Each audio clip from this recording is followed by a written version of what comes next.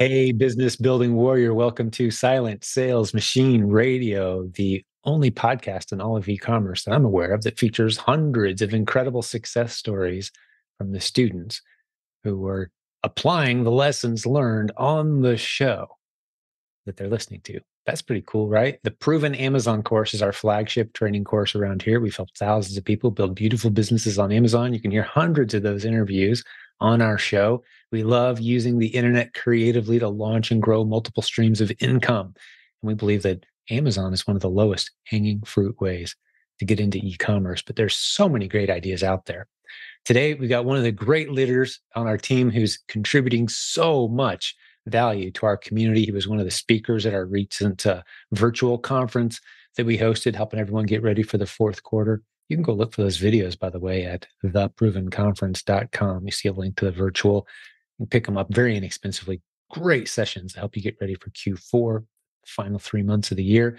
On that note, Greg Webb is our guest today, and he's sold millions of dollars of Legos at beautiful margins. He's really dialed in a system for finding the Legos that are good buy and hold opportunities, which may sound weird. Typically around here, we're trying to get our hands on inventory and move it as quickly as possible, clear it through. Velocity of inventory, right? You want to get it in, get it out, make your money, move on, redeploy your capital. Well, what we're discovering with specifically Legos over the past several years, and Greg and many others that he's taught these strategies to, are discovering that there's a lot of Lego sets, the toy Legos, the bricks that kids play with. There's a lot of them that you can buy and hold. And once you know how to follow the system, you can get a pretty stable expectation of a nice return buying and holding, in some cases for just a few weeks or months, in other cases for maybe a full year, hitting the good sales a few times a year, holding them for a period of time. Lego is always discontinuing different sets. Once you know the rules of the game, this can be another beautiful income stream. And like I said, it's the vast majority of the income from Greg Webb's business, who again, he shares in the show today to do well over $1.5 million, the vast majority of which is Legos purchased from retail, online retail stores. Anyone international can do this as well. Just another really cool income stream. So here's the website you want to check out. It's in the show notes as well. It's probably in the email if you got one from us today about this show. Provenbrickinvesting.com is the website. We've been talking about it for several months in anticipation of rolling out this training and this content. You want to get in on it with us. We're expected to launch. Now go to the website. These are the dates I have as I'm recording this a few weeks out, but November 6th and 7th are the first 2 nights of 2023. And then November 13th for the third session. It's a 3-session class. We've priced it ridiculously low. Anyone can sign up for this. You need to have an Amazon account for this to make sense. If you're so new that you don't have an Amazon account yet, man, get into the Proven Amazon course. Let us help you get started and get ramped up. So much opportunity here. But if you're ready to learn another creative income stream, a buy and hold strategy, sometimes you'll be able to flip these things really fast and make your money right away. And other times you're going to hold them for a few months. But he talks about how to store them, where to find them, which ones to avoid, which ones to go after, which ones are a really safe bet, which ones are slightly riskier. But once you know what you're doing, you can really do well with Legos. And we're super excited to dive into that with Mr. Greg Webb. So again, the website is provenbrickinvesting.com. We had to use the word brick because the word Lego is trademarked, right? Can't do that. But there's a whole world of Lego trading and investing out there that you're about to be exposed to. And it's so exciting. My team's getting into it. If you want to hear Greg live, he actually spoke at last year's live conference, not just the virtual, but the live event. Get over to the Proven Conference and look for our May 23rd through 25th event, 2024, next year, as I'm recording this. Greg's going to be there presenting as well in these concepts, along with a whole bunch of other people on our team. So giving you a few to-do items today. If you want to check out our recent virtual conference, theprovenconference.com has a link to that, as well as to our live upcoming May 2024 event. And we're going to learn about investing in, of all things, Legos today. How about that? So let's get Greg on the line. He's got an interesting story to kind of kick things off. You're going to love this guy's heart. He's just a humble guy who knows his stuff, and he's going to share with us the stuff he's learned selling millions of dollars of Legos. Let's jump into the interview. Enjoy.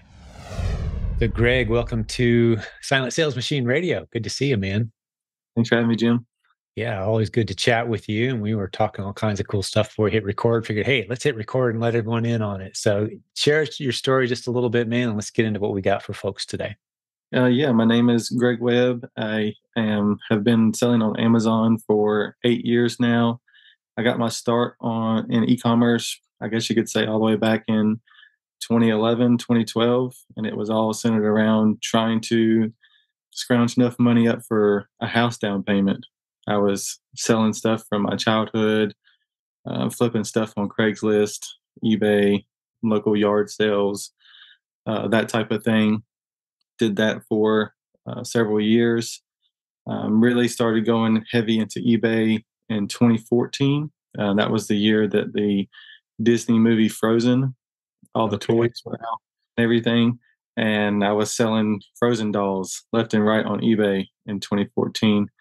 And I remember like it was yesterday. I was actually at a Halloween event at my church Yeah. in 2014, and a friend of mine came up and we were talking about e-commerce because he was already selling on Amazon, and he told me that he was like, "Dude, you should sell those dolls on Amazon."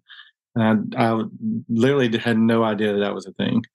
And so we had a whole conversation about Amazon that night at our Halloween event. And by January, I jumped 2 feet into the Amazon pool and have been in the space ever since. I think we did $3,000 in sales January 2015, and it's been a snowball ever since, just constantly building every day. Since then, I think we started with $5,000 that we had in our savings account, or I had in the savings account at the time.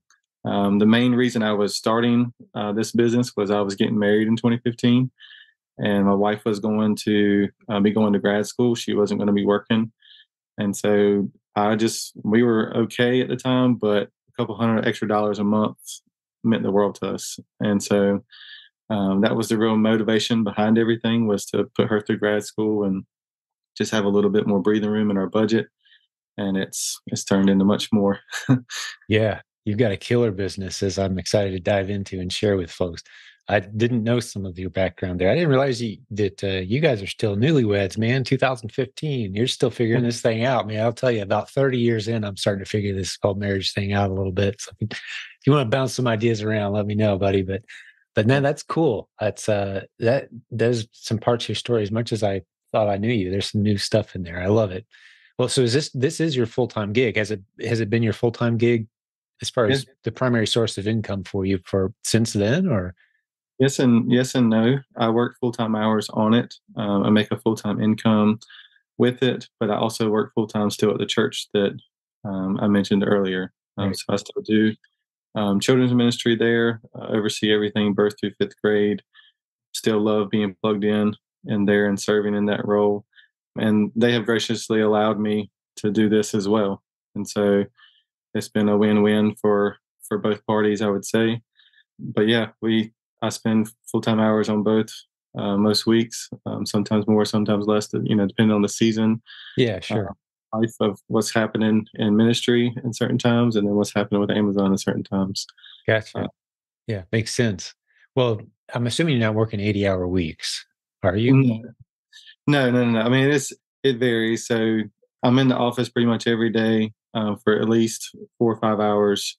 Take time out, for the kids in the evenings and everything. I do like to go out in the barn, and I still get my hands on some products and prep and everything now and then, just to get speed up some of the process of getting some shipments out and whatnot. But a lot of it, I rely on two great employees right now that handle a lot of that, and so it's a lot of coordinating with them and with VAs and whatnot to run it so that I'm free to juggle both. Yeah, I got you. So it's is it the three of you doing primarily most of the heavy lifting as far as running the business? Then how big is your team? Like you've mentioned, you and a couple workers. Yeah, so we have two part-time workers that kind of work the hours that they want. They have the freedom to do so. It's a mom and daughter team, and I've watched the daughter basically grow up in the church since she was a young kid, and so Yeah, I no, remember you mentioned it as a family in the church. They've been working with you for a long time, right? Yes, and so they have a very large detached garage at their house, and so they've graciously allowed me to basically use it as a second warehouse, but the trade-off is that they get to work from home, and That's so so cool. I they love that arrangement. It's kind of that in between arrangement between doing it out of your own kitchen or having a prep center in another state is find a neighbor that's got some extra space, make them your employee slash warehouse, store it there, right? we That's a had it. great Well, arrangement. I have a detached garage as well, and Yeah. had two. The Caroline and Jenna were two high school students. They're now college students. They were working. Shout out to Jenna. She was a great employee, but she's moved on to nursing and nursing school. Yeah, so they've worked here, there, combination, and like I said, a team of VAs that is sourcing online for us and stuff. Gotcha. Beautiful arrangement. I love it. Well, let's talk through some numbers, whatever you're comfortable sharing with us. And of course, as I said in the introduction today, we're going to be talking about specifically getting into Legos. We call it the bricks because we can't use Legos trademark name on our website. So provenbrickinvesting.com is the website. It's in the show notes today, but just start leading us into that direction of why Legos, and let's start talking a little bit about that. And how does that fit it specifically into your business and how much time have you been doing it, that sort of thing. Yeah, so in 2015, when I started, I was selling anything and everything that was profitable. I was learning a lot of the categories, learning the platform, and I remember vividly that first Q4 and just looking at all the different toy listings and seeing the insane prices they got to in peak December. And I just remember thinking to myself, I'm going to be better prepared next year. And so I started just really studying the toy market, diving into that niche, and it kind of became my niche. And I studied it all year, bought a lot of toys at really great prices when I saw certain sales or clearance, and I held a lot of them for that peak Q4 time and made really great margins. And so I decided I was going to do that again. And so we did that, repeated that in 2017, 2018, and so on. It just kind of became a thing. And so that's how toys became my main niche. That I would say that's the very, very vast majority of our sales today are still toys. Or we do venture out into health and beauty, grocery, clothing sometimes, and we've had to in the last couple of years because the toy market has changed. But that's the story behind toys. And Lego is just the largest and the most profitable toy brand. And so we found that Lego has unique properties that other toys don't and other products don't. And when I say that, I mean that they are some of the only items in the world where the shelf life is only 18 to 24 months. And then Lego calls the word retired. So Right. they're basically just discontinued is another, synonym for that, where, those sets are no longer made and the demand still exists there for those sets on Amazon. And so you have this beautiful relationship with supply and demand where supply is, you know, decreasing and prices increasing, and it makes for a profitable business. Yeah, I mean, I've heard the stories of people that, say Lego investing is better than, a lot of the stock market and, the people who go really serious deep. I mean, I've heard of people with millions of dollars of Legos in warehouses and such. It's a huge, it's part of Lego's strategy, really. It's created this huge third party marketplace where people are buying and holding. And sometimes they build them and, display them, and those are worth money too. And just that whole arena. But specifically for this, for the purposes of this podcast, I'm excited about this class we're putting together that gets people into this world of buying and holding Legos for a certain period of time, and then flipping them. Which ones should you buy and hold? Which ones are a waste of time? How do you tell? There's a bit of a science to this that you've identified and uncovered and talk a lot about. That's what we're going to be getting into. But just so we're real clear, how big is this? To whatever degree you're comfortable talking about numbers, like what percentage is toys? What percentage is Legos of your business, and what size business are you running? Yeah, so let's see, we are coming up on 5 million in cumulative sales since we started. We did several years where we were, several $100,000, and it has, like I said, has snowballed since then. The last couple of years, we've been over seven figures I think we did like 1.3 last year, and we're projecting to do anywhere from probably 1.6 to 1.8. I would say this year. We're getting 2023. Nice. we're, yeah, we're getting ready to hit that $1 million year to date mark for this year. With the best couple months coming at us fast. Yeah. Yeah, last year we did 500,000 just in November and December alone. Yeah. So Nice. if we take that same number and increase it a little bit, it would land us in that 1.6 to 1.8 Yeah. range. Fantastic. And I'm assuming because you're doing a bit of a buy hold strategic purchasing strategy. You know, a lot of the new sellers in our community, we started off with the replens model, just getting used to the landscape and finding some winning ASINs. And we see typical margins anywhere from, you know, on the low end, maybe 12% net margin, 15 up to 25 plus percent net margin. Like that's pretty typical for the replens model. What are you running at with your business right now, you know, before and after you know, payroll, that kind of thing? Just help us clarify what we're talking here. Yeah, I mean, last year, I'll be completely honest, we had to liquidate a bunch of bad buys from the pandemic. So I'll be completely honest with that. And that our margins last year, after everything was settled, after payroll, expenses, everything, we were right around that 10, 11%. But you go in years before that, you try to shoot between 15 and 20. And there was a lot of years where we were hitting that 20 to 25 in the early years. If you can buy the right sets, and it all depends on how long you want to hold. If you're holding for a year or less, you're going to take less margin. If you're going to hold for a year or more, you're going to definitely take more margin. And so there's a lot of cost to running the business, especially with having a team of VAs and employees and stuff. It's a lot more cost associated with running the business with a team than when I was doing it by myself from my garage for all those years. But the trade off is that you have more time freedom and more flexibility and, you know, all that good stuff that, you just, it comes to a point where you can't do it all yourself if Yeah, you're going to. of course. Yeah. So was that you said 10% last year after was that after you were paid as well, or was that your take home? Yeah. 10% of that That was after I was paid as well. So after you were paid as well. Man, that it's a, there's nothing wrong with that, dude. That's a beautiful business. I mean, yeah, that's not bad at all. 10% on 7+ figure business after everyone's paid and happy. Well yeah, done, man. That's cool. With the sky is the limit. But the thing I want to tap into is, you know, this is one of dozens of models. We've never really talked specifically about this one, but there are so many ways to make money on Amazon and to make money online. And you guys are primarily selling on Amazon now. Correct me if I'm wrong, but that's we're what percentage? 90%? 99%. We do some scratch and dents and return stuff on Marketplace and eBay and that kind of thing, just to kind of free up space and to get return on, get that capital back, put Yeah, into use. makes sense, man.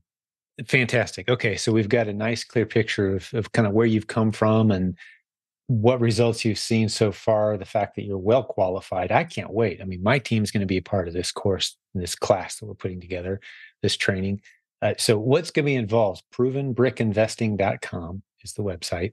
What's going to be involved? What's the value proposition here if I sign up to be a part of this?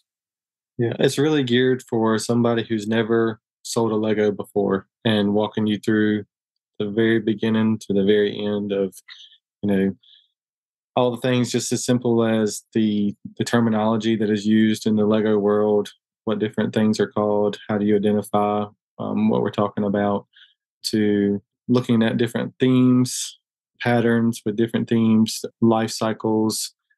How can you identify what sets are retiring, where to buy, how to store, and that's probably the biggest holdup with when I pitch the idea to sellers about investing in Lego is the biggest roadblock I get is where am I going to put them all? Like if I'm going to hold these for a year, where in the world are they going to go? Especially at scale, where are they going to go? And so I think we've kind of drilled into that and kind of gotten down to a science of, what size sets are the best ones to buy, because I wish I came up with this term myself, but a good friend of mine came up with the phrase dollar density. Yeah. you really want to be looking at sets that give you the greatest return for the storage space too. And so, one set may technically profit you more, but you can only get four in a box Hmm. versus, something that may technically profit you less, but you can get 25 in a box. Right. That makes total sense. And Yeah. so your profit per square foot in storage is way Mhm. higher with the smaller set. Hey, we'll get back to the program in just a second, but I've got to tell you about the great sponsor today, Seller Board. Get over to silentjim.com/numbers. Spell it out. silentjim.com/numbers numbers. You're going to see a link to the tool that has become quickly the preferred tool in our community for helping you track your numbers, helping you know which of your ASINs are making a profit and which ones you should walk away from, at least temporarily, because you're not making any money. It can be fairly tricky to know and dial in all the Amazon fees and all the expenses. Well, that's what Sellerboard helps you do, among a whole bunch of other things. It's a great tool that's become a great sponsor of this community. We've helped send a lot of very happy users their way. They've got a great discount for you as well.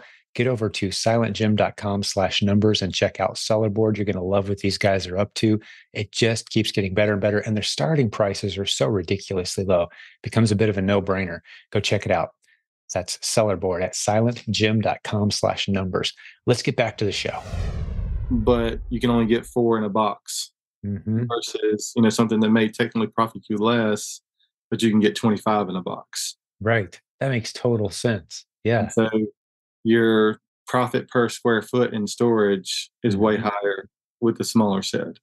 And And so, when you're thinking at scale, you got to think that way. If I'm going to fill up my, 10 by 10 space, I want to fill up with as much money as possible. So I want smaller sets, even if the margin's a little lower and the profit per unit's a little lower. I get a lot more in there. yeah, and And there's a lot less risk with those type of sets too.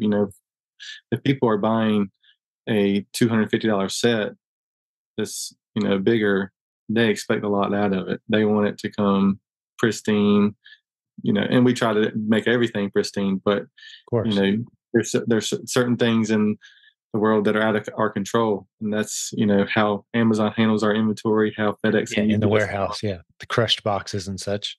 all that kind of stuff. And so, you know, a $250 set is a lot has a higher likelihood to be returned or have negative feedback versus a set that you paid $20 for and it's appreciated to 60. Yeah, great insight. And I love it. And I'm sure having sold millions of Legos, millions of dollars of Legos, and millions of Legos, you've learned some very valuable lessons. Okay, so that's cool. So is this class? Tell me about it. Is this going to be a series of webinars? Is this going to be like handouts, or is there going to be a community feel to this thing? What's this going to be like as I jump in? Yeah, I'm envisioning three different sessions where we kind of go through the basics. In session one, get everybody's feet wet, get everybody up to speed with terminology, just general concepts. Step two is being kind of the meat of everything, and then the third step is more of that things that you probably don't ever think about, and that's where we get into the technical things of how to prep them, how to store them, thinking through those mathematical equations that will help your bottom line. Got it. How much of a science do you feel like this is at this point? Like, if I've got the training, like if put me in your shoes now, and you're going to go out and spend $20,000 on Legos. How much of that is confident money, and how much of that is kind of rolling the dice? I may end up breaking even, and is there a chance I could lose? Of course, with any business, there is. I mean, things can go wrong constantly. But I'm just talking about how good are you at identifying the ones that are going to be worth more later, while avoiding the ones that are going to stay flat or actually decrease in price? Like, how dialed in is this system that you've got? I like to think that I've gotten better over the years. I've definitely picked some duds. Everybody has. And that comes with any business. But I feel like I've picked a lot more winners than duds. And so, kind of dialing into kind of my bread and butter over the last couple of years is going deeper on exclusives. And with those store exclusives, you don't have to worry about Amazon ever being on the listing. And they kind of offer another level of scarcity Mhm. to the product because not only are they being retired and discontinued, but they were only available at one store when they were available. And so identifying those and where to buy them, how to buy them, because usually all of them at some particular point in their lifespan do get discounted pretty heavily. And so knowing when to kind of drop everything and go after those is important. But then, when it comes to like a standard set that even Amazon is on, looking at Keepa charts, identifying patterns, seeing what happens when Amazon goes out of stock with the price and with the rank and all that kind of stuff, you can kind of get a feel for looking what a set may do after retirement. And then with Lego, they do a lot of, it's not the same exact set, but there'll be repeat themes where you can kind of go back and you can look, especially in the Star Wars line. They'll have the same like characters, ship, or whatever scene that's been a Lego set before, and you can kind of go back and see what the old one did. And so it's taking all those different data points and piecing them together and just coming to a conclusion that leads to it being profitable. Yeah. And At some point in the near or distant future, like what's the shortest window of time you typically will hold them, and what's the longest you've ever held a set looking to so do well with it?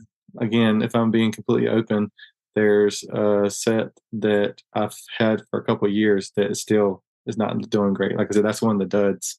But the ones that have the winners, the shortest time that I've held is like 3 months, and it was already at like 75% ROI within 3 months of retirement, just because it was very limited in Production you know lifespan was very short. It was demand was high. inexpensive. It died quickly, and yeah, Yeah, it got up. all the Yeah, and planets there was a aligned. special price at the end of its life where Right. if you bought really heavy at the end of its life, that there was literally probably a weekend where it was that price, and so everybody else who had bought before then, you know, was $10 higher in buy cost, and so things like that. Gotcha. Does Lego keep a I, pretty I would tight say, go ahead. map? Sorry. I was gonna say, does Lego keep a pretty tight map price? Like, you're gonna see pretty much the same price at Target, Walmart. Having seen Legos at like a Kroger and other places, and even online. Do they keep that pretty tight, or are you gonna see some fluctuation store to store on the Lego sets that you're buying? Yeah. So, I mean, the way I kind of word it is that all sets start out at MSRP, and within a few months, they all go what I call the retail norm price, which is 20% off. And I always have people ask, like, Greg, they just put these on 20% off. Should I buy them? And if they're new to market, the answer is no, because that's going to be the standard price for the next 2 years. Right. It all kind of ranges in between that MSRP and that 20% off price. But the magic really happens on the special prices. Like this past week with Prime Day, there was certain sets that were lower than that 20% off price at stores like Walmart, and they'll do the same thing for Black Fridays and Cyber Mondays and some of the Christmas sales, and you can really get some good prices during those sales. But yeah, so I hope that answers your question. Yeah, absolutely. Yeah, it's just demonstrating the depth of the knowledge that you have of how to play this game. I think this is going to be tremendously valuable new skill set for any Amazon seller. It really doesn't fit cleanly into any of the other models that we've taught before. We've never taught a buy, strategically, hold, sell. And we're going to be Right. talking more about that because we've got some people in our community that are just killing it with those kinds of models, and we've learned a lot about it. But specifically with Legos, we've never even talked about it before. So I'm thrilled to be bringing this to the community. And I do want to ask you this: is we've kicked around this class. I mean, we've been talking for over a year about putting this thing together. We're kind of it's fallen into place here as we close out 2023. And by the way, if you're listening to this episode well after this course is launched, you can still go to provenbrickinvesting.com and see we've got it packaged somehow where you can experience what everyone else went through live. If you don't join us for round one, we'll have some kind of price point that makes sense on there for you to jump in. But one of the questions I wanted to ask is, how much help are you going to give those of us in the class? Are you going to teach us the skills we need to find the sets? Is there going to be any specific, like, hey, keep an eye out for this one, guys? Like, what's your thought process on how viable that is? Because my understanding of it is there's certain sets that are going to get catch on fire. It's like, hey, everybody, do do as much damage as you can on this one. Round them up now. We have a really good feeling about this. Not a guarantee, but this one's going to probably be hot in 6 months. Is there going to be any of that kind of specific instruction included, or maybe added on for those who want that more exclusive information? Like, talk me through that. What's your thought process there? Yeah, and so part of the course is kind of outline the criteria of what I'm looking for, and so that will be a repeatable model that somebody who just wants to buy the course and wants to do it on their own can do it on their own. So the goal is to teach you how to do it, and then do it on if you do it yourself.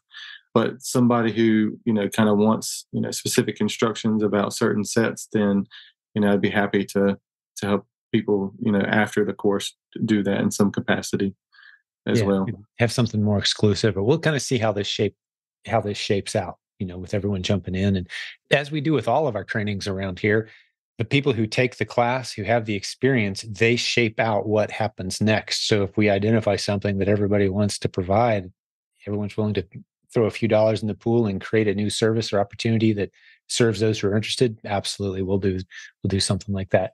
But well, like I said, I'm super excited because my team's going to be going through this. I fully plan on getting into I've been saying get into toys in Q4 for a few months now. The whole safety certificate issue is a complete non-issue. Not to dive into that, but man, it's just a non-issue. You can ignore it entirely because it's really not your worst case scenario is if you get a safety certificate notice from Amazon, they're going to send the toy back to you because you and none of the other sellers nor the brands send in the required paperwork. So toys come back to the seller. No slap on the wrist, no negative consequence of any kind. Just have to flip it on eBay. So we're going big into toys. We're going big into so many things this Q4, but toys is one of them we're paying more attention to. So I'm excited about the timing of this class coming out. And I think it's going to really help some people add another new income stream onto their business. Here's another question I wanted to ask you. I'm just kind of trying to think from the vantage point of the listeners today. You said 99% Amazon, and you've had some losers, some duds. Have you thrown many of them out there onto other marketplaces out of necessity? What do you do with your duds, and how do you liquidate them? And then the other question on top of that, has Amazon ever said, no, you can't sell that one anymore for whatever reason? As far as Legos, they've never told me no, I'm restricted on a set that I've already bought type of thing. I have seen that happen with sellers that don't have a lot of experience. Like if you have a newer account, 2, 3 years old or less account, I have seen going into Q4, they may restrict all the new release Legos. Like they don't want you selling all the new hot Legos that just came out, but you're still fine to sell, older ones. And all those restrictions usually lift the first week of January. Right. Amazon just kind of puts the brakes on inexperienced sellers on new hot sets that just come out. And Yeah. that's not even, there is a time and a place for new hot sets, but that's not what the course is about. So Right. really not losing, A non-factor. you're not really losing there. Yeah. So And as far as like the eBay thing, is that your next second choice for moving yeah, sets? we sell on eBay. We have been dragging our feet on Walmart for over a year now. I actually have a meeting with one of their representatives tomorrow about onboarding and stuff like that. So Oh, we're good. finally going to jump on Walmart. Yeah. Uh, We're starting to love Walmart. I'm seeing multiple sales per day. We've been doing it a while, and it's a good way to move. Some of the replans that kind of fall flat on us, we'll throw them on Walmart and see how we do over there. And sometimes we find some great winners. It kind of fuels our replan business as ASINs fall flat, fuels our Walmart business. Like, oh, let's throw it over there. Some of them turn into like, whoa, we need to buy more of that. It's doing great on Walmart. Didn't do so well for us on Amazon, or did well for a while, and then the price kind of flattened out for us. So yeah, the two complement each other beautifully. I think you'll love getting on Walmart. yeah, I see higher prices over there for some of the sets that we sell on Amazon, and my question has just always been the velocity thing. So I'm Yeah. interested to see It's a how the smaller velocity. crowd shopping, but you'll find your winners there. Absolutely. That's cool. Well, I'm trying to think what other questions that the listeners might have who are checking this out today. We'll have all the details at provenbrickinvesting.com, and Greg will be your trainer. He's the guy doing it. He's going to be training the classes. Are these going to be? I think we decided we're going to have a Facebook group, right? where everyone who's doing this can kind of hang out, and that'll be part of the, if you go through the round one experience, that'll be part of the experience, is kind of being in there and kicking it around with you and whoever else we got in there supporting, answering your Lego questions. But was there anything else that you wanted to talk about? There is one other question. International students, I can just imagine some people outside the US. We have many international listeners. There's no reason they can't do this that I'm aware of, right? Yeah, it definitely can work. I know of several larger sellers that never even see a Lego set themselves. Right. They pay the fees to have them stored in prep centers for a few months at a time, and it's a small price to pay for the profits that they Nice did returns. later in the year. Mhm. So you can't utilize a prep center. You would have to be strategic on what you buy. The deals to buy from the international student may be a little bit more limited, just because you won't have access to the in-store like Black Friday, Christmas type sale sets that we like to buy. But as far as buying quantity online, you can still do that of great Mhm. sets. You can still have access to several day exclusives that different stores have. All those stores still have those online. So that would be the only caveat I would say with Yeah. the international is The not being same able to. typical challenges that all of our international sellers have, and we have many successful students outside the U.S. Who never see their inventory. They're using prep centers and relationship arrangements here in the States. Even have retail shoppers going out for them in some cases. It's pretty cool. Like, this entire business can be run virtually, which means you can live anywhere. So Yeah. yeah, I fantastic. think the greatest appeal, just kind of for the course, is that it can appeal to anyone, and like any from the from the seller that is just beginning to the seller that has six figures of capital that they like. Okay, I need to do something with. Where can I put it?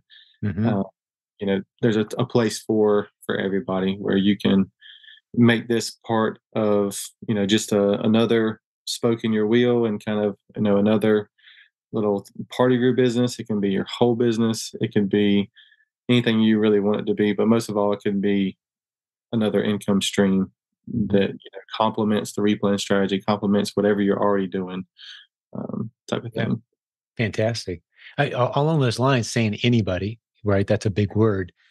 How hard is it to get approved for Legos right now, and how hard has it been? You mentioned there's a little pushback during Q4 if you're brand new on some of the most popular sets, but for the most part, it's been a long time since I heard anyone having trouble getting approved for Legos. Yeah, it's right now. Ungating has been kind of getting tightened down in the last couple of months, as Amazon is kind of starting to change things going into Q4. But as of right now, I haven't heard anybody having issues getting ungated with So Lego. if And we'll someone's listening to this, they should just go, pick up a Lego set that's been out for a while, it may be a cheap one, and just, hit the barcode and see if Amazon lets them sell it or not, right? Like, if you jump into this class and you can't get approved to sell Legos, I would argue actually these are still valuable skills, because you can sell them to any of the thousands of the rest of us that love getting the good Legos, right? So this is still a valuable skill set, even if you can't get approved. right. But maybe go ahead and check and see if you are approved to sell. You may already be and not even know it. Most sellers with some experience probably are, but it shouldn't be too hard to get that approval. Any tips there if someone's not approved? We'll go over it in the course. There's a couple tips that I would, that second session where we'll walk through, kind of what to do, what not to do. Okay, cool. And Well, where, yeah. where, So even where, if you're not where- approved and you have trouble getting approved, we'll cover that in the course. That's fair enough, man. You're going to bring a ton of value to this class. So excited to do this with you. Well, was there anything else on your mind as we start to wrap this one up, man? Can't think of anything. It's a fun journey. Legos are very unique. They're a very very unique product, and they offer something that I think most products on Amazon can't offer you, and that's that scarcity, and that just the whole that beautiful relationship between supply and demand. You just can't Yeah, hammer that home enough to yeah. where. It's a beautiful buy and hold. There's so few items that you can do that with. This buy and hold. And if you know what you're doing, have a pretty predictable expectation of a nice return, especially if you're diversifying your risk across multiple sets. Yeah, Well, I love it, man. Well done. I use I use the phrase multiple exit options a lot when I teach people. Oh, I And love that. Okay.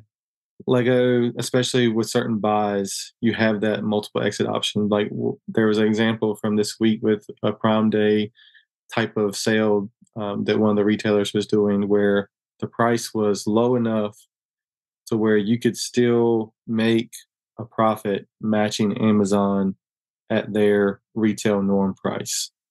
And so you had this basically no lose situation Right. where You can flip even it if instantly. Amazon stayed on the listing for the next 2 years at that price, you could Mhm. still turn a profit. But it's projected to retire at the end of the year. And so it creates this great cash flow slash hold opportunity where the the seller is in control of the inventory, where they're not dependent on Amazon doing anything, they're not dependent on other sellers, tanking the listing type of thing, where they can choose to sell it at that profit now, or they can take more profits in 2024. And so that's the position I like to be in with a Lego. Yeah, multiple exit options. I love that. Yeah, even buy and hold it long term. There's no losing with this one, unless you just let it get moldy in your attic or something. Yeah, you're going to make some money on it. So I love it, buddy. Well, appreciate your time, man. I always learn something hanging out with you, and I love having you contributing to the leadership team around here. You've built a beautiful business. Love your heart. Love the ministry you're a part of. Just our kind of people, buddy. So it's really great working with you and good seeing you today. Thank you for having me, Jim. Thank you, Greg. All right, man. If you're interested, go check us out. You know where to go, provenbrickinvesting.com. We're going to open up the doors. They're live now because this podcast has been published. That means we are live. Go check it out. We'll probably close the doors at some point and then get this thing rocking and serve that student group really, really well. I don't know if we'll offer it again or what the price will be if we do, but you want to get in on this. So go check it out. And if you are not a regular listener to this podcast, I just want to point out before we wrap up today that about 80% of our episodes are interviews with successful students from our community. So if you want to be inspired, you want to hear real world stories of how other people are using the internet creatively to launch and grow multiple income streams, specifically around here, most of them start off with Amazon, but we've got all kinds of great stories.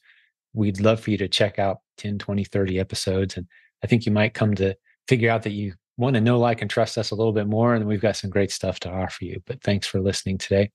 But hey, God bless you, Greg. You and your great family, man. The work that you're doing. Can't wait to work with you. Thanks for being here today, buddy. Appreciate you. Thank you.